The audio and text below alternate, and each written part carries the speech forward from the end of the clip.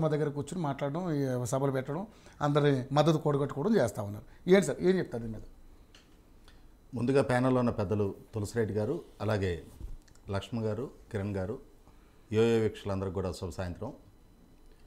ఇప్పుడు ఫస్ట్ అప్పుల ఇష్యూ మాట్లాడదాం. ప్రభుత్వం అసెంబ్లీ వేదికగా ఇచ్చిన శ్వేతపత్రంలో 9,74,000 కోట్ల రూపాయల అప్పులు ఉన్నాయి. ఇంకా పూర్తి సమాచారం రావాల్సింది, ఇంకా ఈ సంఖ్య పెరగడానికి ఆస్కారం ఉంది అని చెప్పని ప్రభుత్వం చెప్తా ఉంది. అదే రోజు జగన్మోహన్ రెడ్డి గారు తన ఇంట్లో పెట్టిన ప్రెస్ మీట్లో 7,48,000 కోట్లు మాత్రమే రాష్ట్ర అప్పు ఉంది, ప్రభుత్వం ఉద్దేశపూర్వకంగా మా హయాంలో ఆర్థిక విధ్వంసం జరిగింది అని చెప్పని ప్రచారం చేస్తుంది అని చెప్పని ఆయన కౌంటర్ ఇచ్చారు. ఇవాళ ప్రభుత్వం ఏ హెడ్ కింద ఎంత అప్పు ఉంది అనేది నిర్దిష్ట సమాచారంతో అసెంబ్లీకి తెలియజేస్తుంది. ప్రభుత్వం శ్వేతపత్రంలో తెలియజేస్తున్న సమాచారం తప్పు అయితే దాన్ని జగన్మోహన్ రెడ్డి గారు ఆయన ఇంట్లో కూర్చొని ప్రెస్ మీట్లో కదా ఖండించాల్సింది. సభకు అటెండ్ అయ్యి ఆయన్ని ప్రజలు ఎన్నుకున్నది, పులివెందుల శాసనసభ్యుడిగా ఎన్నికైన జగన్మోహన్ రెడ్డి గారు అసెంబ్లీకి రావాలి. ఆయన పక్షాన 11 మంది శాసనసభ్యులు ఉన్నారు. అసెంబ్లీలో మీరు సభకు తప్పుడు సమాచారం ఇస్తున్నారు, మీరు చెప్తున్నది తప్పు, మీరు తప్పుడు గణాంకాలతో సభని ప్రజల్ని తప్పుదో పట్టిస్తున్నారని చెప్పని సభలో కౌంటర్ చేయొచ్చు. కానీ సభకి రాకుండా ఆయన ఇంట్లో ప్రెస్ మీట్ పెడుతున్నారు. ఒక మాట అడుగుదాం మనం, జగన్మోహన్ రెడ్డి గారు చెప్పినట్టుగా 7,48,000 కోట్లే నిజం అనుకుందాం. చంద్రబాబు నాయుడు గారు సభకి ఇచ్చింది, అంటే ఇప్పుడు లక్ష్మణ్ గారు కూడా ఎండార్ చేస్తున్నట్టుగా అవి బోగస్ లెక్కలనే అనుకుందాం. ఈ 7,48,000 కోట్ల రూపాయలు దాటిన తర్వాత ఇవాళ స్టేట్ కన్సాలిడేటెడ్ ఫండ్ నుంచి, అంటే రాష్ట్ర ప్రభుత్వ బడ్జెట్ రెవెన్యూ నుంచి చెల్లించే అవసరం లేదు, ఒకవేళ అదనంగా చెల్లించాల్సిన పరిస్థితి వస్తే ముఖ్యమంత్రిగా ఆ రోజు పాలకుడిగా నాది బాధ్యత, నా ఆస్తులు జప్తు చేసుకొని మీరు చెల్లించండి అని చెప్పని జగన్మోహన్ రెడ్డి గారిని ఒక స్టేట్మెంట్ ఇవ్వమనండి. అంటే 7,48,000 కోట్లే ఫైనల్, ఇది దాటికి అప్పులు లేవు, అది ఉంటే నాదే పూచి ఓకే అని చెప్పని ఒక స్టేట్మెంట్ ఇవ్వమనండి. ఇప్పుడు చంద్రబాబు నాయుడు గారు చెప్పిన లెక్కకి జగన్మోహన్ రెడ్డి గారు చెప్పిన లెక్కకి మధ్య దాదాపుగా 2,26,000 కోట్ల వ్యత్యాసం ఉంది. అంతే, ఇంకా అదనంగా పెరగడానికి ఆస్కారం ఉంది అంటున్నారు. ఏం 2 కోట్లు 3 కోట్లు కాదు,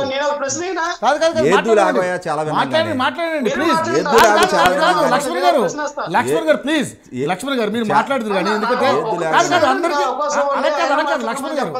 లక్ష్మణ్ గారు ప్లీజ్ మీరు రాసుకోండి. ఆయన ఒక్క కాదు, నేను చెప్పేది కాదు కాదు కాదు అడుగుతుంది కానీ ప్రచారం చేసినప్పుడు జగన్మోహన్ రెడ్డి గారి హాస్పిటల్ ఇప్పుడు మీరు ఇది పెట్టండి అంటారు కదా. చంద్రబాబు నాయుడు గారి హాస్పిటల్ చేసిన అప్పులకి జరిగిన అప్పులు అక్కడ కళ్ళ ముందు కనిపిస్తుంటే జరగలేదని చెప్పని ఎవరిని మభ్య పెట్టే సమాచారం ఇస్తారు, ఎవరిని మోసం చేస్తారంట. కాకి లెక్కలతోటి 2019లో పాపం గడుపుకున్నారు. ఎల్లకాలం ఇయే కాకి లెక్కలతో పాపం గడుపుకుంటారా? ఈ కాకి లెక్కలు చెప్పే ప్రజలు 11 స్థానాలకు పరిమితం చేశారు. ఇంకా అదే స్థాయిలో అదే కాకి లెక్కలే చెప్పండి మీరు. లక్ష్మణ్ గారు అంటే వింటున్నాం కదా అని చెప్పని ఒక్క నిమిషం లక్ష్మణ్ గారు మీరు ఈ కాకి లెక్కలు చెప్తా ఉంటారు. రాసుకోండి, మీరు రాసుకుని మీరు దాన్ని బట్టి తర్వాత క్వశ్చన్ చేయండి. ఈ కాకి లెక్కలే చెప్తా ఉంటారా అంటే ఎలకాలం? లక్ష్మణ్ గారు ఒక్క నిమిషం. ఆయనకి నైతికత లేదు, మీకు నైతికత లేదు. 36 హత్యలు ఎక్కడ జరిగినాయో పేర్లు చెప్పండి. ఎవరెవరిని ఏ ప్రాంతాల్లో హంతకులు ఎవరు, హతులు ఎవరు, ఎఫ్ఐఆర్ నెంబర్లు, పోస్ట్ మార్టం రిపోర్ట్లు బయటపెట్టండి. పోస్ట్ మార్టం రిపోర్ట్లు బయటపెట్టండి. సరే లక్ష్మణ్ గారు, గాలి లెక్కలు, గాలి ఆరోపణలతోటి. లక్ష్మణ్ గారు మీరు ఏదైనా ఉంటే రాసుకుని ఆ క్వశ్చన్ చేయండి, తప్పేం లేదు. ఇదేదో వాగ్వాదం కాదు, మనం డిస్కస్ చేయాలి. అంటే ఇందాక నుంచి మీరు అందరూ మాట్లాడుతున్నప్పుడు మౌనంగా కూర్చొని సార్ మీరు మాట్లాడు. జగన్మోహన్ రెడ్డి గారు 2014 నుంచి 19 దాకా రాష్ట్ర ప్రధాన ప్రతిపక్ష నాయకుడిగా ఆ రోజున ఆనాటి ప్రభుత్వం 6 లక్షల కోట్ల అవినీతి చేసింది. పోలవరం సవరించిన అంచనాలో 25,000 కోట్ల రూపాయల అవినీతి జరిగింది. 37 మంది సీఎల్ని డిఎస్పీలుగా ప్రమోట్ చేస్తే అందులో 33 కమ్మ సామాజిక వర్గీయులే. నారా లోకేష్ సిఏఏ కన్వెన్షన్ జరిగిన సందర్భంగా 25 లక్షల రూపాయల స్నాక్స్ తినేశాడు. నారాసుర రక్త చరిత్ర ఇది అని చెప్పని వివేకానంద రెడ్డి గారి హత్యని, ఇట్లా రకరకాల మసిబూసి మారాడికాయ చేసే అంకెలతోటి అవాస్తవాలతోటి చేసిన ప్రచార నేపథ్యంలో ప్రజల్ని నమ్మకం కలిగించగలిగారు.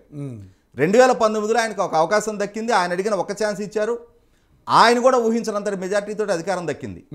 2024 నాటికి వచ్చేటప్పటికి 2014లో ఇచ్చిన ప్రతిపక్ష హోదా ప్రజలు ఇవ్వాలా, 2019లో ఇచ్చిన ముఖ్యమంత్రి హోదా ప్రజలు ఇవ్వాలా. ఎందుకు ఇవ్వలేదనేది మొట్టమొదటి రిలీజ్ అయితే ఆ రోజు సత్యదూరమైన ఆరోపణలతోటి, అసత్యపు ఆరోపణలతోటి 37 సీఎలు ప్రమోట్ అయితే 33 కమ్మ సామాజిక వర్గీయులని జగన్మోహన్ రెడ్డి గారు స్వయంగా మీడియాలో చెప్పారా చెప్పలేదా? అసెంబ్లీ వేదికగా ఆయన ప్రభుత్వం ఇచ్చిన లెక్కల్లోనే అందులో 5 మాత్రమే ఉన్నారు, 33 కాదు అని చెప్పని మేకతోటి సుచరిత గారు రాష్ట్ర హోంమంత్రిగా అసెంబ్లీకి తెలియజేశారా లేదా? అంటే జగన్మోహన్ రెడ్డి గారికి గాలి ఆరోపణలు చేసే సాంప్రదాయం ఉంది అనేది ప్రూవెన్ ఫ్యాక్టర్. ఇవాళ ఆయన మీడియా, ఆయన సోషల్ మీడియా ఇదే విధిగా 36 హత్యలు జరిగినాయి, 35 ఆత్మహత్యలు జరిగినాయి, 300 హత్యాయత్నాలు జరిగినాయి, 560 ప్రైవేట్ ఆస్తులు ధ్వంసమైనాయి, 490 ప్రభుత్వ ఆస్తులు ధ్వంసమైనాయి, 1000కి పైగా దాడులు దౌర్జన్యాలు జరిగినాయి అని చెప్పని విజయసాయి రెడ్డి స్వయంగా రాజ్యసభలో ప్రస్తావించారు. జగన్మోహన్ రెడ్డి ఢిల్లీలో ప్రెస్లో ప్రస్తావించారు. అక్కడ మీడియా ఎవరు 36 మంది అని అడిగితే మాట దాటేసిన తీరు చూసాం మనం. ఈ రోజు లక్ష్మణ్ గారు అయినా సరే ఆయన దగ్గర సమాచారం ఉంటే ఇప్పుడు బయట పెట్టండి. ఆంధ్రప్రదేశ్ రాష్ట్రంలో జరిగిన ఆత్మహత్య ఏంటి అంటే నరసాపురం ఎండిఓగా ఉన్న వెంకటరమణ గారు అక్కడ మాజీ వైసీపీ ఎమ్మెల్యే ప్రసాదరాజు చేసిన వేధింపులు తట్టుకోలేక ఆయన సూసైడ్ లెటర్ రాసి ఏలూరు కాలంలో పడి ఆత్మహత్య చేసుకున్నారు. కల్ప్రిట్ వైసీపీ ఎక్స్ఎమ్మెల్యే ఒక ఎండిఓ ఆయన బాహాటంగా లేఖ రాసి చనిపోయారు. ఆయన దానికి సమాధానం చెప్పానండి జగన్మోహన్ రెడ్డి గారిని. మొట్టమొదట ఆ ప్రసాదరాజుని పార్టీ నుంచి ఎక్స్పెల్ చేయమనండి. ఆ నైతికత లేదు. జరగని తప్పులు, జరగని దాడుల్ని జరిగినట్టుగా చిత్రీకరించే ప్రయత్నం చేస్తా. ఇక్కడ తులసిరెడ్డి గారు ప్రస్తావించిన పొంగునూరు ఇన్సిడెంట్ కూడా అక్కడ జరిగింది తెలుగుదేశం వాళ్ళు మిథున్ రెడ్డి మీదకి దాడికి వెళ్ళలేదు. జరిగింది అక్కడ అనుమతి లేకుండా 2 రిజర్వాయర్ల నిర్మాణం జరిగింది. ఆ రిజర్వాయర్ల నిర్మాణం చేసింది పెద్దిరెడ్డి రామచంద్రారెడ్డి కుటుంబం.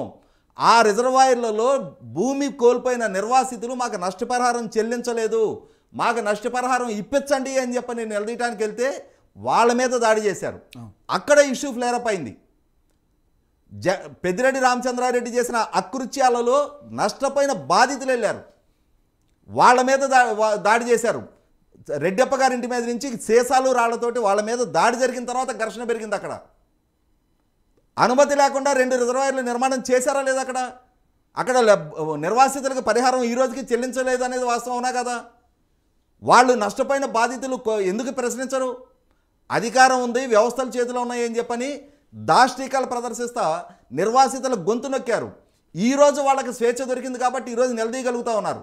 నిలదీస్తే సమాధానం చెప్పి తీరాలి. వాళ్ళు బాధితులు, మీరు తీసుకున్న నిర్ణయ పర్యవసానం, మీరు నిర్మాణం చేసిన రిజర్వాయర్లో నిర్వాసితులుగా మారారు వాళ్ళు.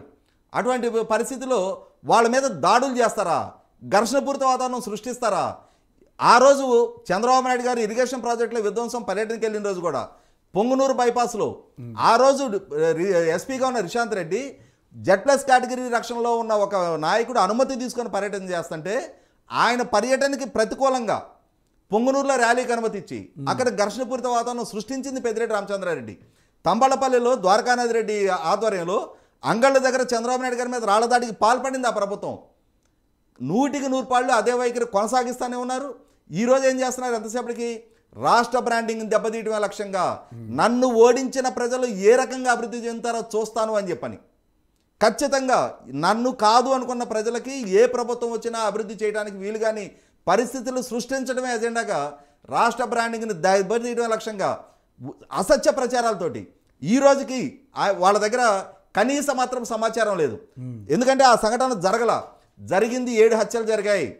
నేను బాహాటంగా చెప్తున్నా, ఈ 47 ఇవాళకి 47 రోజు ప్రభుత్వం ప్రమాణ స్వీకారం చేసి ఈ 47 రోజుల్లో 7 హత్యలు జరిగినాయి. అందులో 5 తెలుగుదేశం కార్యకర్తలు చనిపోయిన వాళ్ళు 5 తెలుగుదేశం కార్యకర్తలు. ఈ రషీద్ హత్య జరిగిన రోజు అదే రోజు చందన రంగారావు అని చెప్పని మోపిదేవ మండల తెలుగుదేశం నాయకుడి మీద గొడ్డలతో దాడి చేశారు. మరి జగన్మోహన్ రెడ్డి గారు అక్కడ కూడా వెళ్ళి పరామర్శ చేసి ఉండపోయారా? అదే సందర్భంలో రషీద్ హత్యను కూడా 100% అది వ్యక్తిగత కారణాలతో జరిగిన హత్య. అక్కడ జగన్మోహన్ రెడ్డి అది మీరు నేను ఎండార్ చేయవసరలా.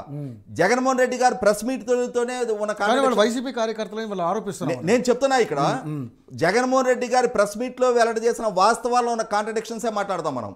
జగన్మోహన్ రెడ్డి గారు ప్రెస్ మీట్లో ఏం చెప్పారు? రషీద్ ఒక సామాన్య కుటుంబానికి సంబంధించిన వ్యక్తి.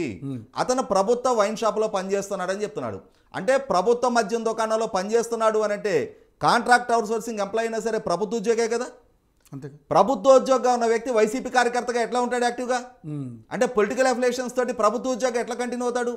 అంటే ఇక్కడ రాష్ట్ర వ్యాప్తంగా 2950 మద్యం షాపుల్లో మీ పార్టీ కార్యకర్తలనే నియామకం చేసుకున్నారనేది వాస్తవం.